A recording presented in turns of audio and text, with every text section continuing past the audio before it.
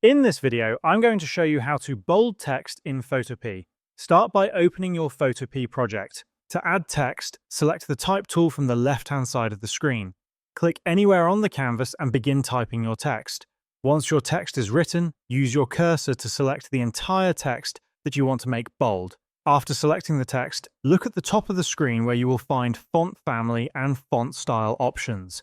If these options are not visible, you can open the character panel on the right-hand side of the screen, which contains the same text settings. To make text bold, it is important to understand that not all fonts support bold styling. Click on the Font Style drop-down menu and check whether a bold option is available. If the font includes a bold variation, simply select it, and your text will immediately become bold. Some fonts only provide regular or thin styles, and in those cases the bold option will not appear at all. If this happens, you will need to switch to a different font that includes at least a bold style, and sometimes additional styles such as extra bold or italic.